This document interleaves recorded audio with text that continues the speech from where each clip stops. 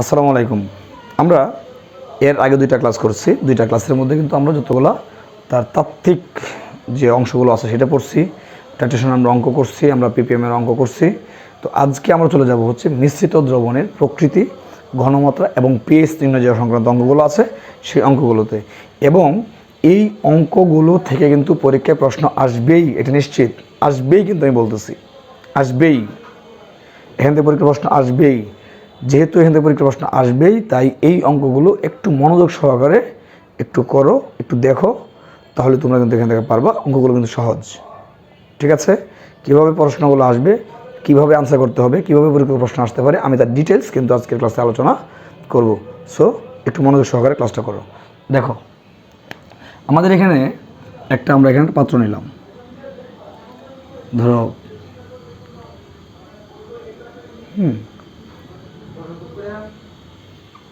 এটা একটা পাত্র,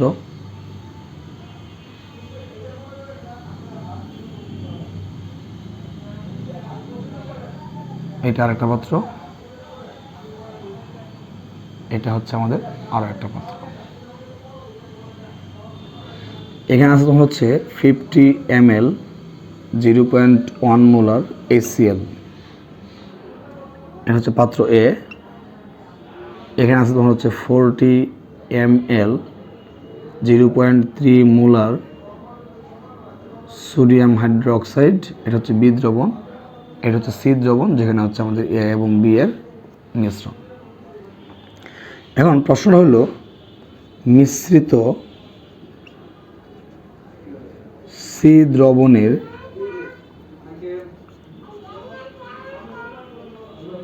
প্রকৃতি, ঘনমাত্রা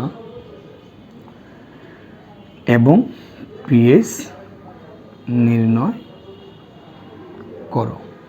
এটা হচ্ছে আমাদের প্রশ্ন। তাহলে সি দ্রবণটা হচ্ছে আমাদের এখানে একটা মিক্সার দ্রবণ, মিক্সার সলিউশন বলা হয় ইংলিশে, মিক্সার সলিউশন। এই সলিউশনের তোমার আমাদের কি করতে হবে, সেই মিক্সারের প্রকৃতি, ঘনমাত্রা এবং তার পিএইচটা নির্ণয় করতে হবে। এখন দেখি আমরা অঙ্কটা কীভাবে করব। এটাকে কিন্তু বেশ কয়েকভাবে করা যায়। তোমাদের হাজারি স্যারের বইয়ে যারা ফলো করো তাদের এখানে এক নিয়মে করছে, যারা মাহবুব হাসান লিঙ্কন স্যার অক্ষরপত্র প্রকাশনী বই ফলো করো সেখানে দেখবো সেটা অন্য একটা নিয়মে করছে, ঠিক আছে? এখন আমি আজকে তোমাদের যে নিয়মটা করাবো সেটা হচ্ছে হাজারি স্যারের বইয়ের নিয়মটা। এই নিয়মটাই আমার কাছে মনে হয় যে সহজ এবং ইজিলি মানগুলো বের করা যায়। তবে যদি অন্য তোমাদের কারো যদি লিঙ্কন স্যারের বইয়ের নিয়মটা ভালো লাগে তাহলে সেটা করবা।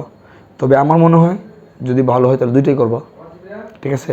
পরে যখন যেটা মনে হয় যে না স্যার একটু বেশি ভালো লাগে আমি এটা করব, এটা তোমাদের সম্পূর্ণ তোমার ইচ্ছার উপর নির্ভর করে। কারণ এক একজন এক একটা বিষয়কে এক একভাবে বুঝে, এক একভাবে তার ভালো লাগে, ঠিক আছে? সেই জন্যে এই ভালো লাগাটা আমি তোমাদের উপর ছেড়ে দিলাম। তবে আমি যেটা করাচ্ছি সেরকম করে দেখো। আমার কাছে মনে হয় যে এই নিয়মটা অনেক সহজ এবং সহজেই আমরা ঘনমাত্রা এবং পিএইচের মানগুলো বের করতে পারি এইভাবে। প্রথমে আমরা কী করব, আমরা প্রথমে এই আয়তন এবং ঘনমাত্রাকে মূল সংখ্যাতে কনভার্ট করব। কীভাবে?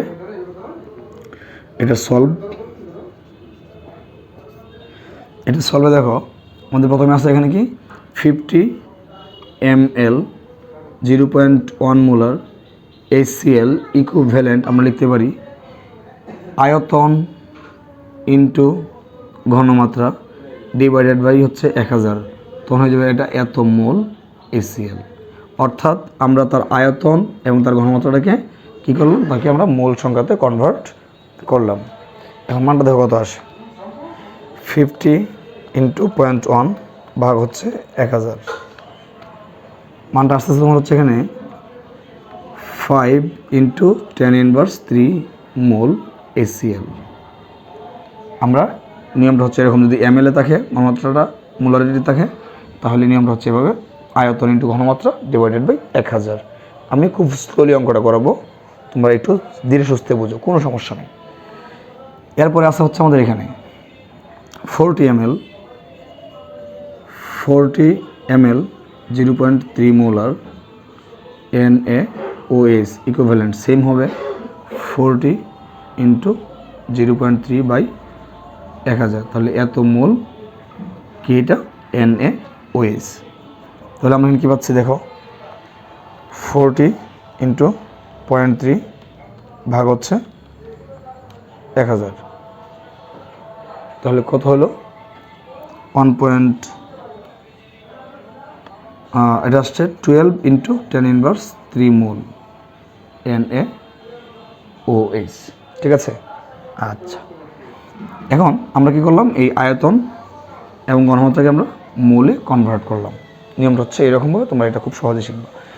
এখন আমাদের কাজ কি, কাজের জন্য আমরা এখানে বিক্রিয়া ঘটাবো HCl প্লাস সোডিয়াম হাইড্রোক্সাইড। তাহলে HCl প্লাস সোডিয়াম হাইড্রোক্সাইড বিক্রিয়া কী উৎপন্ন হবে, সোডিয়াম ক্লোরাইড প্লাস পানি। বিক্রিয়া লেখার পর তোমরা কী করবা, প্রথমে কাজ হচ্ছে বিক্রিয়াটাকে সমতা বিধান করবো। কী করবা, সমতা বিধান করবা। যেমন এখানে দেখো হাইড্রোজেন আছে একটা দুইটা, হাইড্রোজেন দুইটা, একটা Cl একটা Cl, একটা সোডিয়াম একটা সোডিয়াম, একটা অক্সিজেন একটা অক্সিজেন, সবই কি আছে, ঠিক আছে। তার মানে এই সমীকরণটা অলরেডি আমাদের সমতাকরণ আছে, সো এখানে কোনো ঝামেলা আমাদের নাই। তাহলে দেখতে পাচ্ছি এটা হচ্ছে 1 মোল, এটা হচ্ছে 1 মোল।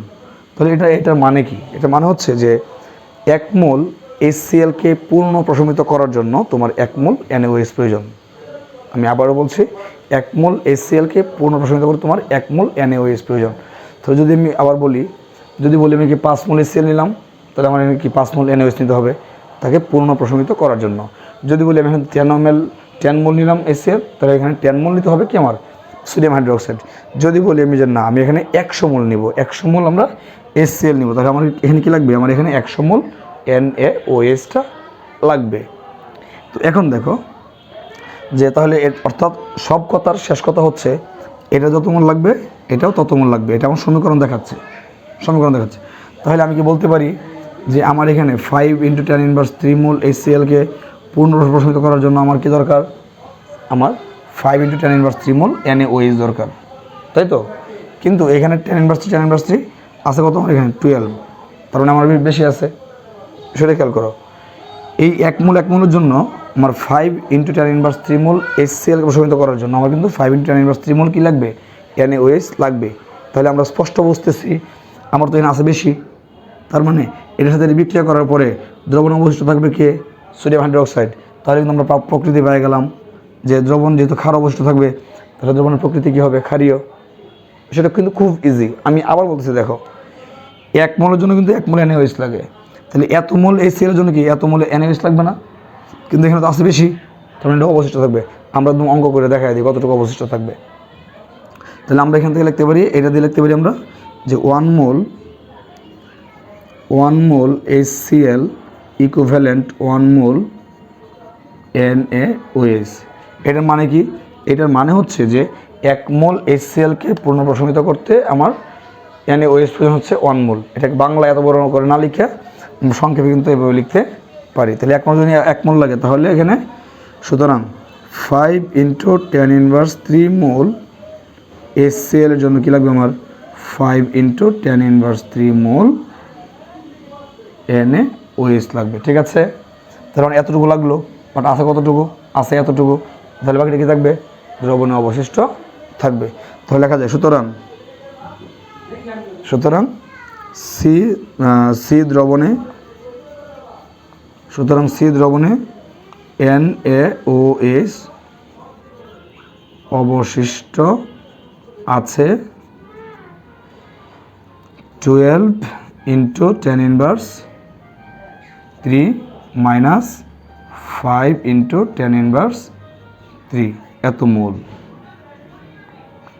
তাহলে আমরা একটু দেখি, মাইনাস করে দেখি, 5 × 10⁻³ 7 × 10⁻³ মোল NaOH কি আছে আমার এখানে অবশিষ্ট আছে। তো যেহেতু আমার এখানে NaOH অবশিষ্ট আছে, তাহলে মিশ্রণের প্রকৃতি কী হবে স্যার, নিঃসন্দেহে ক্ষারীয় হবে, কারণ এখানে আমার ক্ষার অবশিষ্ট আছে। স্যার যদি HCl অবশিষ্ট থাকতো, তাহলে আমরা বলতাম দ্রবণের প্রকৃতি হবে অম্লীয় বা অ্যাসিডীয়। তাহলে দুইটা বিক্রিয়ার পরে যে অবশিষ্ট থাকবে তার অনুযায়ী বিক্রিয়ার প্রকৃতি হবে, দ্রবণের প্রকৃতি হবে। যেহেতু এই ক্ষেত্রে আমার কি আছে, ক্ষার অবশিষ্ট আছে, তাই এক্ষেত্রে আমরা বলতে পারি দ্রবণের প্রকৃতি হবে ক্ষারীয়। এবং এই কথাটা কিন্তু আমরা এখানে স্পষ্ট করে লিখব। দেখো, যেহেতু মিশ্রণে NaOH অবশিষ্ট আছে, অবশিষ্ট আছে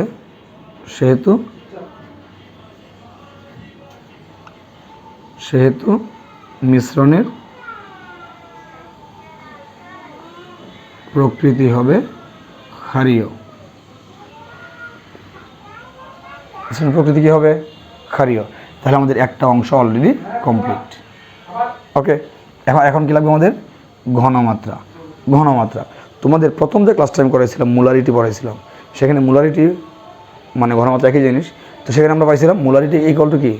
মোলারিটি ইকুয়াল টু হচ্ছে মোল সংখ্যা বাই আয়তন। আমাদের কিন্তু এখানে দেখো, আমরা কিন্তু অলরেডি আমাদের মোল সংখ্যাটা পেয়ে গেছি। কী পেয়ে গেছি? মোল সংখ্যাটা পেয়ে গেছি। তাহলে আমার এখন কী দরকার? আমার আয়তন দরকার। তোমরা জানো যে মোল সংখ্যা বাই আয়তন, সেখানে মোল সংখ্যার এককটা কী ছিল? কি মোল। আর আয়তনের এককটা কী ছিল? লিটার। তাহলে আমরা এখন একটা কাজ করি, আমরা মিশ্রণের মোট আয়তনটাকে হিসাব করি এবং সেটাকে অবশ্যই কিসে নেব? আমরা লিটারে নেব। তাহলে লিখব আমরা মিশ্রণের মোট আয়তন ইকুয়াল টু 50 যোগ 40, এত হচ্ছে ml। দ্যাট মিন্স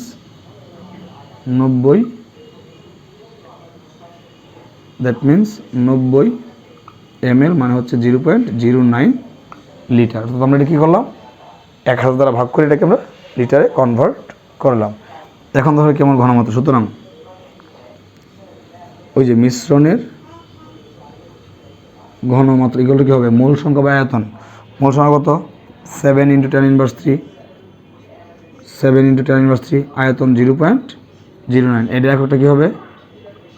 উপরে মোল নিচে লিটার, তার মানে কি মোল পার লিটার। উপরে মোল নিচে লিটার, তার মানে হচ্ছে কি মোল পার লিটার। এখন দেখি মানটা কত আসে আমাদের।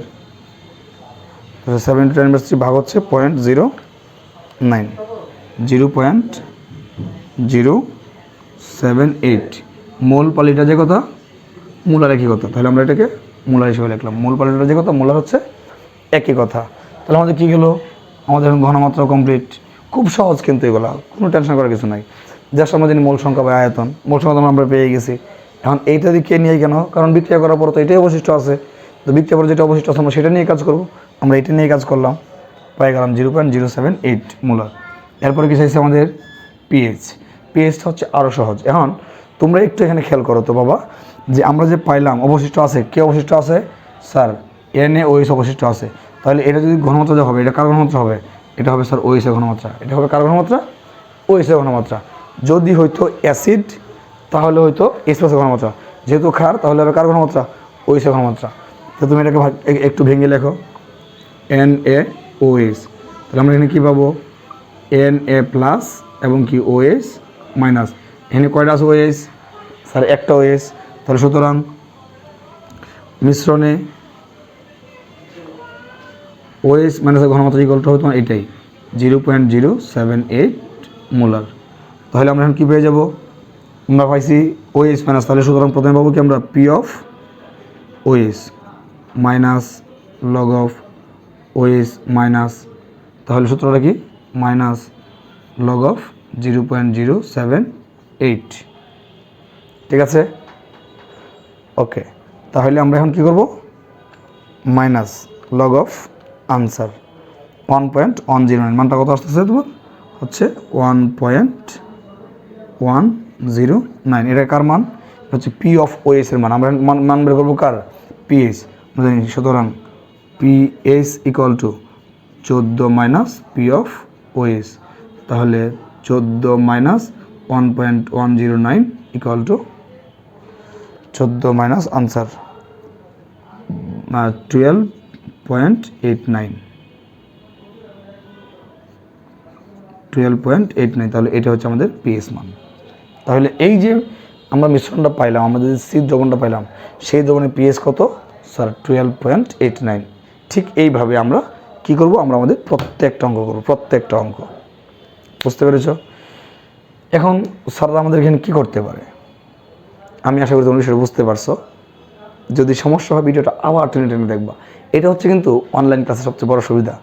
আমি যখন অফলাইনে ব্যাচ পড়াচ্ছি, একটা স্টুডেন্ট যখন আমি অঙ্কটা করিয়ে দিলাম, সে কিন্তু অঙ্কটা বসে বসে করলো। তোমরাও অঙ্কটা বসে বসে করলা, ওরাও করলো। বাট ওরা কিন্তু এটা তুলে জাস্ট বাসায় নিয়ে গেল, যখন পরবর্তীতে তার প্রয়োজন মনে হবে যে আমার কথাগুলো শোনার, তারা কিন্তু শুনতে পারছে না। বাট তোমরা যারা আমার এখন অনলাইনে ক্লাসটা করছো এই মুহূর্তে, তারা কিন্তু ইচ্ছা করলে এই অঙ্কটা আবার বারবার টেনে টেনে, যেখানে সমস্যা হয়েছে ঠিক সেখানে টেনে টেনে আবার কিন্তু তুমি আমার কথাগুলো শুনতে পারবে। স্যার কীভাবে বুঝিয়েছে, স্যার কীভাবে করেছে, তুমি কিন্তু সেটা করতে পারবে। এটা হচ্ছে অনলাইনে সবচেয়ে বড় সুবিধা। এবং এই ক্লাসটার রেকর্ড তোমার কাছে থেকে যাবে। তুমি চাইলে আজকে 1 মাস 2 মাস 5 মাস পরে যখন মনে হলো হ্যাঁ ফাইনাল পরীক্ষা তো চলে আসছে, আমি তো জহিরুল স্যার এই কোর্সটা করছিলাম, তো আমি আবার একটু ভিডিওটা একটু দেখি, তো স্যার তো পড়েছিল পছন্দ করে একটু দেখে নিই, ব্যাস তুমি চাইলে এটাকে আবার রিপিট করতে পারবা। কিন্তু অফলাইনে কিন্তু সেই সুযোগটা নাই। আমি কোর্স শেষ করে দিলাম, ও তো চলে গেছে। তো দেখা গেছে যে পরবর্তীতে ওই তোমার অনেকেই আসে সমস্যা নিয়ে, অনেকেই আসে না, ম্যাক্সিমাম আসে না, যারা 1-2 জন আছে তারা আসে, তো আসে না অনেকেই। এখন না আসলেও কিন্তু যদি ভিডিওটা তার কাছে থাকে, তো সে কিন্তু ইচ্ছা করলে নিজের মতো করে সে দেখতে পারবে, সে ইচ্ছা করলে এটাকে নিজের মতো করে আবার স্টাডি করতে পারবে, রিভিশন দিতে পারবে।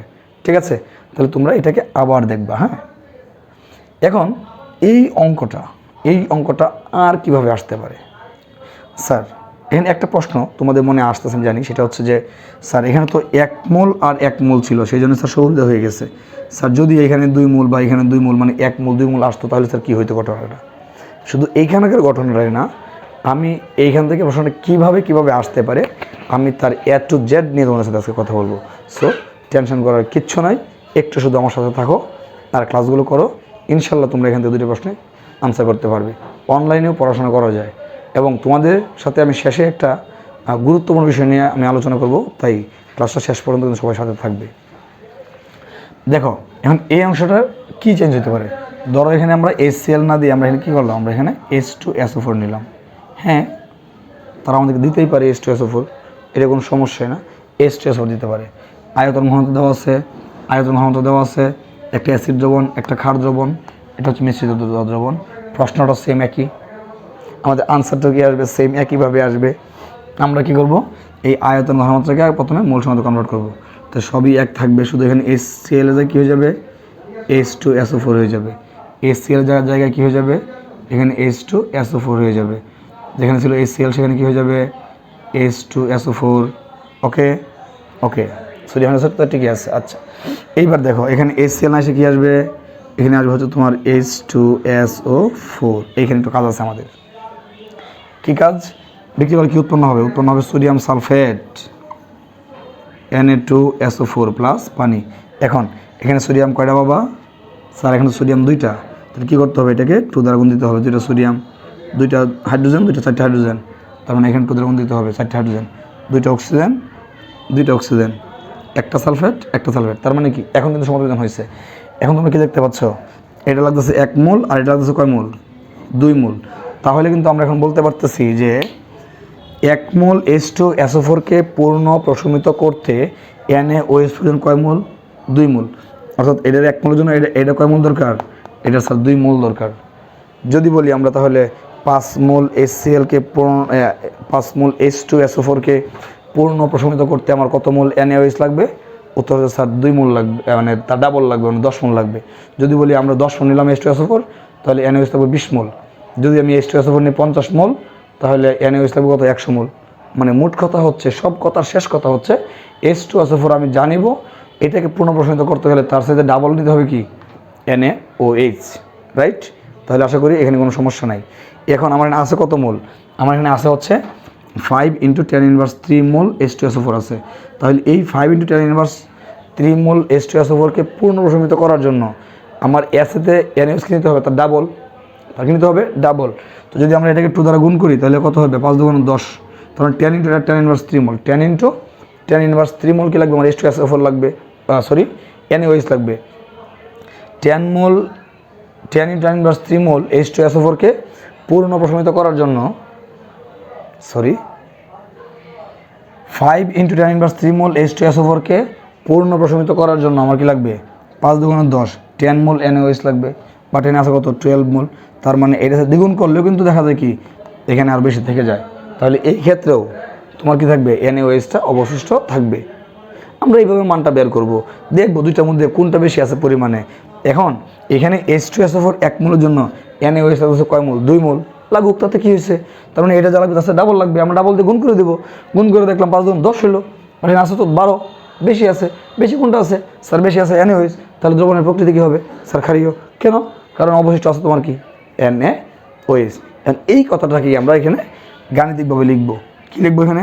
তাহলে লিখবো আমরা এখানে 1 মোল H2SO4 ইকুইভ্যালেন্ট কত লাগবে এখন এখানে? 2 মোল NaOH, 2 মোল NaOH। ঠিক আছে?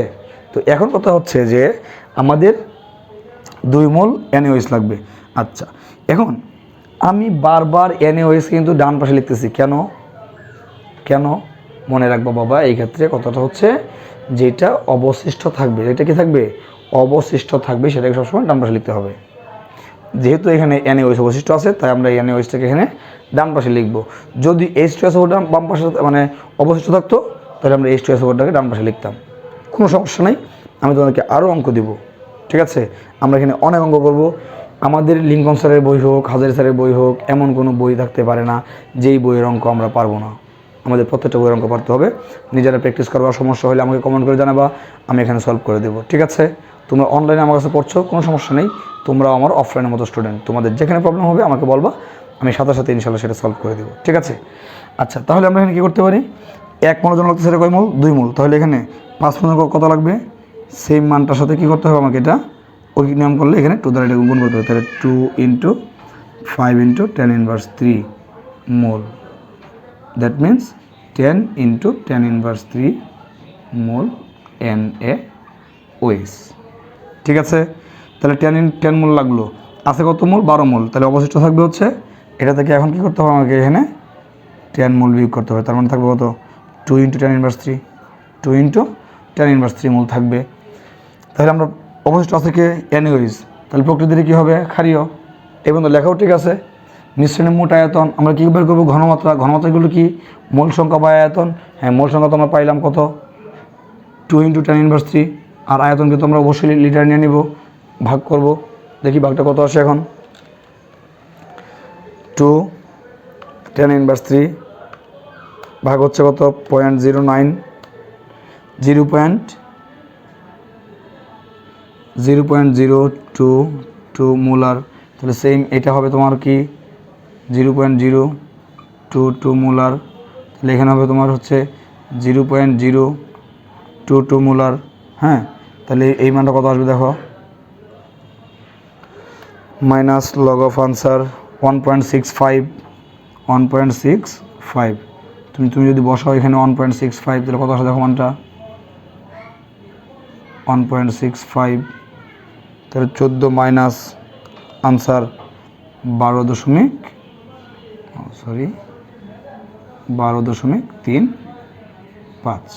এই যে 12.35। ব্যাস, তাহলে কি হলো? আমাদের এই মানটা চলে আসলো। ওকে, আচ্ছা, তাহলে তোমরা কি করবা? ঠিক এইভাবে সবগুলো অঙ্ক করবা। এখন আমাদের চেঞ্জ করবে এখানে, নিশ্চিত চেঞ্জ করবে। চেঞ্জ করে তারা আমাকে কী করতে পারে? আমি এটা মুছে ফেললাম। চেঞ্জ করে তারা আমাকে এখানে কী করতে পারে? তারা চেঞ্জ করে আমাদের এখানে, তারা আমাকে এখানে কোশ্চেন কিন্তু একই থাকবে, বুঝছো? আমি জন্য মুছে ফেললাম কোশ্চেনটা। হ্যাঁ, এটা হচ্ছে A দ্রবণ, এটা হচ্ছে B দ্রবণ, এটা হচ্ছে C দ্রবণ। এখানে তারা দিল হচ্ছে 50 ml। তারা কিন্তু এখন ঘনমাত্রা দিল না, তারা দিল হচ্ছে এখানে আছে হচ্ছে 1 গ্রাম। কত গ্রাম আছে? 1 গ্রাম। আর এখানে 0.3 না, তারা বলতেছে এখানে আছে হচ্ছে এটা সেমিমোলার দ্রবণ। কি দ্রবণ? সেমিমোলার দ্রবণের ঘনত্ব হচ্ছে 0.5 মোলার। এটা কিন্তু তোমাদেরকে আমি আগে পড়িয়েছি, প্রমাণ দ্রবণে কিন্তু আমি এটা পড়িয়েছি তোমাদেরকে। এখন সমস্যা হলো স্যার আপনি যে একটু আগে অঙ্কগুলো করিয়েছেন সেখানে তো স্যার আপনার আয়তন আর ঘনত্ব কি সরাসরি দেওয়া ছিল, কিন্তু এখন স্যার ভর দেওয়া আছে, স্যার ঘনত্ব সরাসরি দেওয়া নাই। সো এটা কোনো জাতীয় সমস্যা না। কেন? কারণ আমার স্টুডেন্টরা সূত্র ক্লাস 10-এ পড়ে আসছে, S = W × 1000 / M × V। অর্থাৎ তারা কিন্তু এই সূত্রের সাহায্যে কী করতে পারে? তার ঘনমাত্রার মানটা বের করতে পারে। যেমন এখানে কত দেওয়া আছে? W দেওয়া আছে 1 × কত? 1000। M কত? H2SO4 এর M হচ্ছে 98 আর V হচ্ছে 50। ব্যাস, তুমি মান বসিয়ে দিবা। মান বসিয়ে দিলে তোমার কী আসবে? তোমার মানটা চলে আসবে কত হলো? 100 ভাগ কত? 98 × 50 মানটা চলে আসছে তোমার 0.0204 এত মোলার চলে আসছে। তার মানে তুমি কিন্তু মান কি পাইলা, আয়তন আর ঘনত্ব তুমি পেয়ে গেলা। আর এই মান কিন্তু সেমি মোলার বলছে, একটু তারা পণ্ডিতি করছে, টিচাররা তোমাকে আটকানোর চেষ্টা করতেছে, কিন্তু এর কোনো সমস্যা না। কারণ জহিরুল স্যারের স্টুডেন্টরা কী পারে, তারা পারে যে সেমি মোলার যখন মানে হচ্ছে কত, সেমি মোলার যখন মানে হচ্ছে 0.5 মোলার। তার মানে আমাদের এটারও কি আছে, আয়তন দেওয়া আছে, ঘনমাত্রা দেওয়া আছে, তাহলে আমরা একইভাবে অঙ্ক করে ফেলতে পারবো। এরা আর কি করতে পারে, এরা এখানে গ্রাম না দিয়ে, সেটা স্যাররা এখানে গ্রাম না দিয়ে স্যাররা আর কি করতে পারেন, স্যাররা গ্রাম না দিয়ে স্যাররা দিতে পারেন এখানে হচ্ছে 1.5%। 1.5%, কোনো সমস্যা নাই, এইটাও আমরা পারি। আমরা পিপিএম যখন অঙ্ক করেছিলাম এর আগের ক্লাসে, সেখানে আমরা দেখেছিলাম শতকরা পরিমাণকে কীভাবে মোলারিটিতে কনভার্ট করা হয়। তারপর আমি আজকে আবার দেখিয়ে দিচ্ছি তোমাদেরকে, দেখাইছিলাম সেখানে যে মোলারিটি ইকুয়াল টু শতকরা পরিমাণ ইন্টু 10, শতকরা পরিমাণ ইন্টু 10 ডিভাইডেড বাই কত, আণবিক ভর। তাহলে এখানে কত আছে, পার্সেন্টেজ ছিল 1.5, সূত্রের 10, আণবিক ভর কত 98। তাহলে 1.5 ইন্টু 10 ভাগ হচ্ছে 98, 0.153 মোলার। তাহলে কি হলো আমাদের কিন্তু ঘনমাত্রার মান বেড়ে পড়ছে। ঠিক আছে, আমাদের এখন স্যাররা এইভাবে ঘুরিয়ে ফিরে যতভাবেই প্রশ্ন করুক না কেন, I have no problem, we have no problem, না বলে উই হ্যাভ নো প্রবলেম, কারণ শুধু আমার একা সমস্যা না, এটা আমাদের কারোরই কোনো সমস্যা না। ঠিক আছে, এখন আর একটু সময় আমাকে দাও, 2 মিনিট, আমি আরেকটা নিয়ম দেখা দিই, তাহলে আমাদের এখানে অঙ্কগুলো একদম কমপ্লিট। পরে শুধু প্র্যাকটিস করব, সমস্যা বের হবে, স্যার কী করবেন, তুরিতে সেই সমস্যার সমাধান করে দিবেন। ঠিক আছে, তোমরা দেখো এই অঙ্কটা আর কীভাবে আসতে পারে হচ্ছে যে আমাদের এখানে যে পাত্রগুলো দেওয়া আছে, এখানে তোমার 50 ml 0.5 molar H2SO4, 40 ml 0.1 molar, এখানে এখন আর NaOH না, এখানেও কি আছে দেওয়া H2SO4, আর এখানে সি দ্রবণে দেওয়া আছে তোমার হচ্ছে ArB এর মিশ্রণ, সাথে আছে হচ্ছে তোমার 300 ml পানি। মানে কি, মানে হলো এই এ দ্রবণটাও H2SO4 এর দ্রবণ, বি দ্রবণটাও H2SO4 এর দ্রবণ, সি দ্রবণে 300 ml পানির মধ্যে দুইটাকে আমরা একসাথে কী করছি, মিক্সড করছি। মানে এই যে 50 ml, এই যে 40 ml, এই যে 300 ml, টোটালটাই আমরা কী করলাম, একসাথে মিক্সড করলাম। এখন কোয়েশ্চেনটা হলো এই মিশ্রণে H2SO4 ঘনমাত্রা কত, এই দ্রবণে H2SO4 ঘনমাত্রা হচ্ছে 0.5, এই দ্রবণে 0.1, দুইটা একসাথে মিক্সড করলাম, সাথে আরও 300 ml কী করলাম, আমরা পানি যোগ করলাম, 300 ml কী দিলাম সাথে, এখানে পানি যোগ করলাম। 300 ml পানি যোগ করলে তখন সেই মিশ্রণের ঘনমাত্রা কত হবে, আমাকে সেই মানটা বের করতে হবে। তো সেই মানটা বের করার জন্য আমাকে কি করতে হবে, আমাকে যে কাজটা করতে হবে সেটা হচ্ছে যে দেখো একটু খেয়াল করো, এইটাও অ্যাসিড, এটাও কি অ্যাসিড। আমরা আগে যে অঙ্কগুলো করছিলাম সেখানে কী ছিল, একটা ছিল অ্যাসিড আর একটা ছিল কি ক্ষার, বাট এখন দুইটাই কি অ্যাসিড। অর্থাৎ যদি দুইটা অ্যাসিড দিয়ে দেয় তখন আমরা কী করব, পরীক্ষা হলে তো দেয় সেটা, হ্যাঁ স্যার তো এটা পড়াইছে না, জহিরুল স্যার তো এটা পড়াইল না, মেয়েরা যদি হয় তাহলে কান্নাকাটি শুরু করে দেবে হলের মধ্যেই। কারণ আমার মায়েরা একটু বেশি কান্নাকাটি করে, ওদের চোখের মধ্যে পানিটা খুব তাড়াতাড়ি চলে আসে। ঠিক আছে, কিন্তু ইনশাল্লাহ জহিরুল স্যারের কাছে পড়লে কান্নাকাটি করতে হবে না, কারণ স্যার প্রত্যেকটা টপিক খুব সুন্দর করে বুঝিয়ে দেন। নিজে পেটাচ্ছি মনে হচ্ছে না, আসলেই ঠিক এভাবে পড়াই, জানি যে তোমাদের কোথায় কোথায় প্রবলেমগুলো হয়।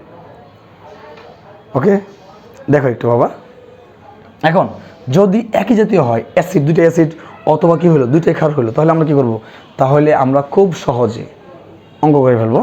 সূত্র আছে একটা, VS equal to V1S1 plus V2S2, যেখানে ভিটা হচ্ছে টোটাল আয়তন 50 প্লাস 40 প্লাস 300 ml, কারণ এইটা যোগ এইটা আরও 300 ml পানি যোগ করছি আমরা, কত হলো 300 আর হচ্ছে 90, 390 মিলিলিটার।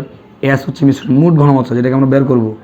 V1 হচ্ছে H2SO4 প্রথম আয়তন 50 ml, S1 হচ্ছে 0.5 মোলার, V2 হচ্ছে কত 40 ml, S2 হচ্ছে কত 0.1 মোলার। ওকে, তাহলে তোমরা কি করবা এখন এই সবগুলো মান বসাই দিবা, V1S1 প্লাস V2S2/V মানগুলো বসিয়ে দিয়ে কত আসে মানটা বসাবা, কাজ করবা, যত আসে এত মোলার, এটা হবে আনসার। এই অঙ্কটা আমি আর করে দিলাম না, কারণ এটা আমার এই বাজানরা যারা আছে ক্লাসটা করতেছে তারা কি করবে, এটা করে আমাকে তারা হোমওয়ার্ক হিসেবে তারা নিচে এটা আমাকে সাবমিট করবে। ওকে, তাহলে আজকের এই আলোচনার মধ্যে আমাদের পার্ট 1টা কমপ্লিট, 3টা ক্লাসে পার্ট 1 কমপ্লিট। এবং এই পার্ট 1-এ 3টা ক্লাসে আমরা যা পড়ছি তোমরা নিশ্চিত থাকো এইখান থেকে আমাদের 10 নম্বরের একটা সৃজনশীল প্রশ্ন আসবে এবং জোর দিয়ে স্যার বলতেছেন আসতেই হবে। ঠিক আছে, তাহলে সবাই ভালো থেকো, সুস্থ থেকো, আর আমার জন্য দোয়া করো। আল্লাহ হাফিজ।